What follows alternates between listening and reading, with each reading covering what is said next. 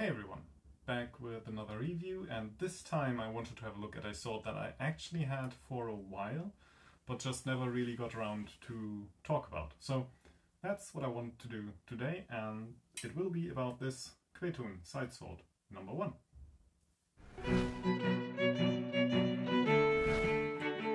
Okay, so formalities out of the way real quick as per usual. First of all, I paid for this with my own money, and neither the maker Kvetun nor the shop I bought it from were aware that there was going to be any kind of review. One thing you have to keep in mind when you watch this particular review is that I do not really study any sidesword sources. I got this sword more or less on a whim, because what I wanted to do is I wanted to check how it would feel if I basically got a sword that I could fence in a way similar to what I do with Messer, but that isn't a Messer. So it was just, you know, a bit of fun experimenting for me, recreational fencing, really, not earnest study. So in this review I will be able to tell you whether I think this is a well-made sword, you know, for what it is, and whether I like it, but I can't really tell you if it is a good side sword, because that's not really what I personally focus on. Other than that, the structure of the video is going to be the same as always, means there will be my talking part that will come now, where I will go over the ordering process, the measurements, handling, things I've noticed. Then there will be a picture with the stats again, so you can stop and look at those.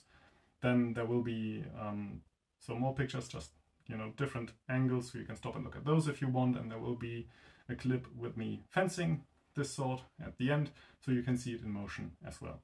And there will, of course, as always, be the timestamps that you can just jump around if you want to. Okay, so with that all out of the way, ordering process was a nice experience. As I said, I got it a bit on a whim, but I was just looking around for this sidesword, Kvetun number 1, if it was in stock anywhere within Europe, because I really didn't want to bother with the importing and customs process if I were to order it directly from Kvetun, from at the time Russia. So just looked around a bit, found a shop that I didn't know, Armour Guild in Czechia, I think, or Croatia, my bad, sorry, Croatia. And I don't think they're around anymore, because when I looked up the page again for this review, it was down.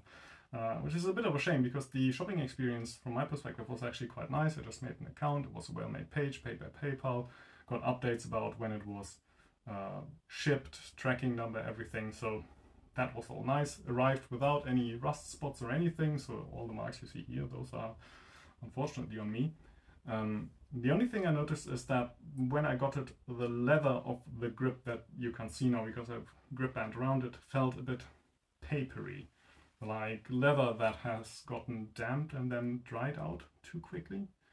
That isn't normally the case with the leather work, I think, at least from the other sword I have. So I don't know if it got damp at some point during storage. It didn't leave any rust though, so not entirely sure what happened there, really. Then stats, if we just look at the sword itself. So what we have here is an overall length of 103.5 centimeters, roundabout. Of that, 88.5 centimeters are just the blade. And then we have 9.5 centimeters for the grip. The cross is about 25 centimeters across. Really, I say about because it does have that S shape and it goes out a bit more, about 25 centimeters. And the material for the cross is mostly 7mm in thickness, you know, nice and sturdy, really. The ring goes out 2.5 centimeters to the one side, and then the, I don't know, for lack of a better word, Nagels to the other side stick out 1.5 centimeters. So compact, I'd say, but certainly wide enough that it catches a lot coming your way, which is nice. The pommel is a quite simple disc pommel.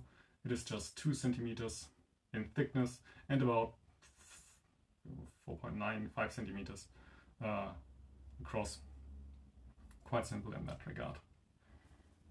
Moving back to the blade, what do we have here? If you look at taper, we have 24 centimeters at the millimeters, not centimeters. 24 millimeters for the taper at the start, at the cross, and then we go down to 16 at about the middle of the blade, and then we go down to 8 at the tip where it stays, for the tip as well. When it comes to distal taper, 5 millimeters at the cross, going down to 4 in the middle, 3 at the tip, and then it flares out a bit to 6 millimeters. So as far as thickened tips go, this is really quite a small, quite a slim tip, to a point that when I wanted to put a rubber tip on it, I actually had to add some tape around the base of the tip, because otherwise the tip that I used from Black Fencer, which are quite nice, it would just rattle around. It wouldn't really, the tip is just too small really to fit. I think that's the first actually. Usually I have to stretch the tip to get it to hold, but here I had to add material. After that it was fine though. So speaking of slim, the grip is also, I find, quite slim. It's 3.4 centimeters wide and then goes down to 1.9, and you can't quite see it because of the grip band really, but if you just take the grip, it is really just about 13 millimeters, 1.3 centimeters wide at its slimmest really. It's really quite a slim grip, to the point where I had to add grip band because it didn't feel comfortable for my hand. It was just too thin really. It felt a bit weird. So when you look at weight, we have an overall weight of 950 grams. We have a POB of about 8-ish centimeters from the cross of the ring. And if you put it down on a body weight scale, it bends at 6 kilograms. That is including the weight of the actual sword. So it is flexible enough to be nice in the thrust for your partner, but also not wobbly or any kind. It actually feels really quite nice in that regard. So, taking all that into account, what do we end up with? I would say this is actually a light and nimble feeling sword. It doesn't get heavy in your hand, and it is also not the sword where you don't really have to work with the mass of the sword. You don't have to necessarily follow through with your swing. You can stop and change angles rather easily, actually. So if that is something that you are looking for, then you would certainly get that here.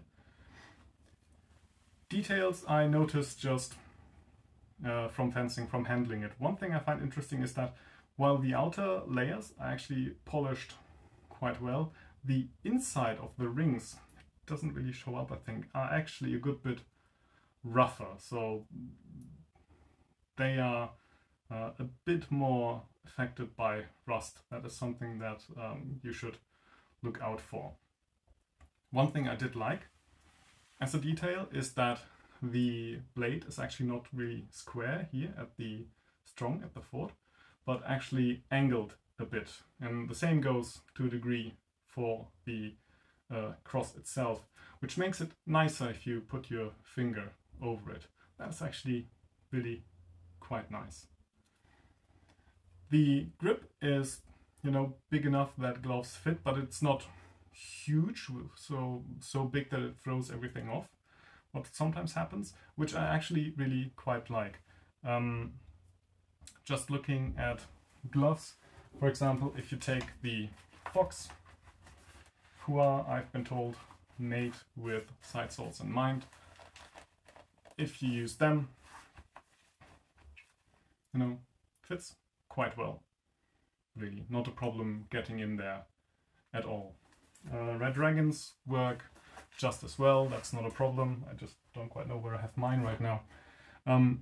If you have something bigger, like the Infinities, or at least something with harder shells, you know, something not quite as pliable, then you will have to probably work a bit to actually get your finger in to a degree where you have to tilt it a bit.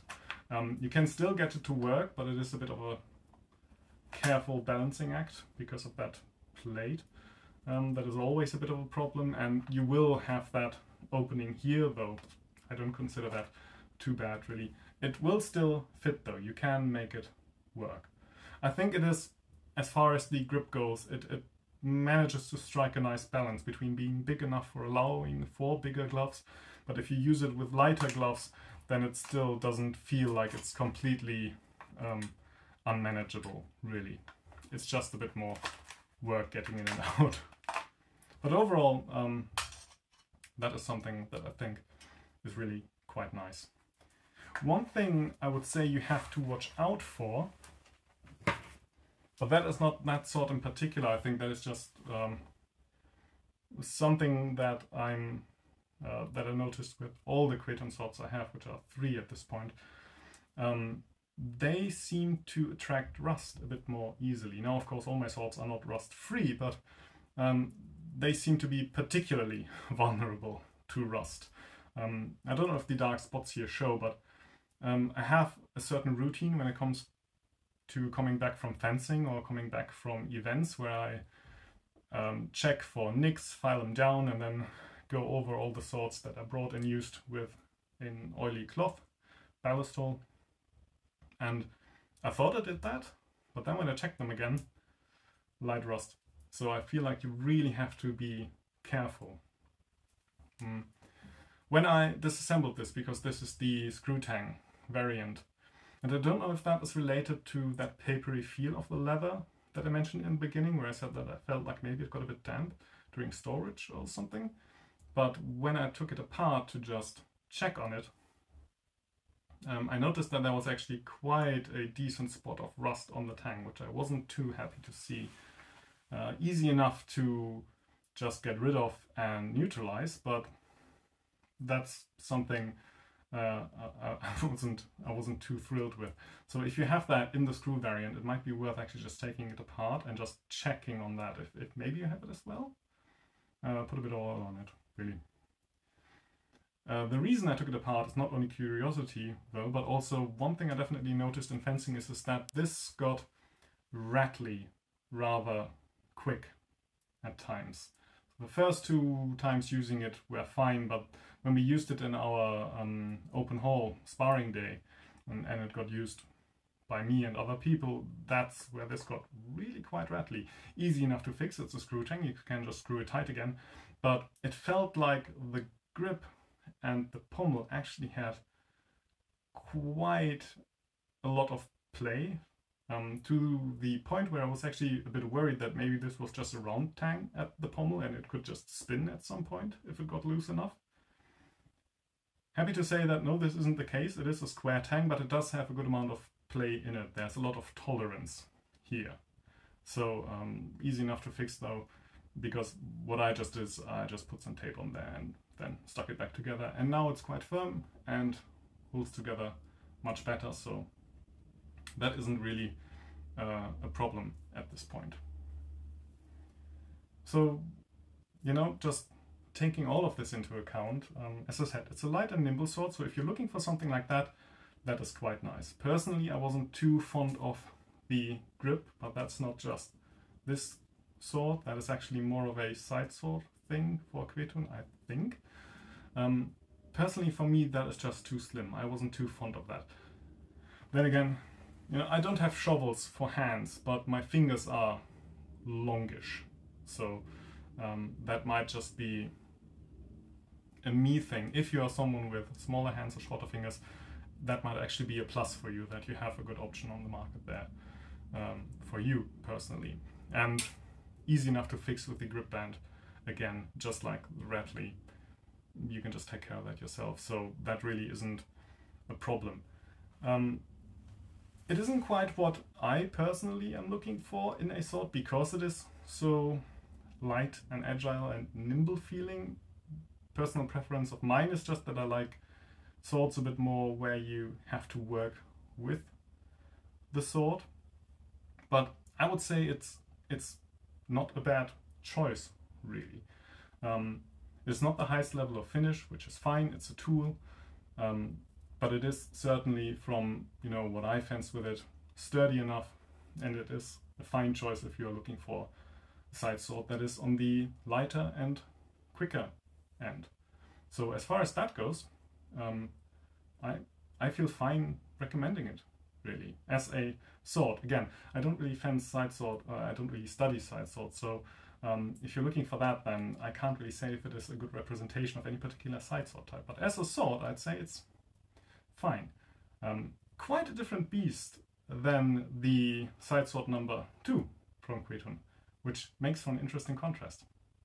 But that's a topic of another day, so until then, cheers!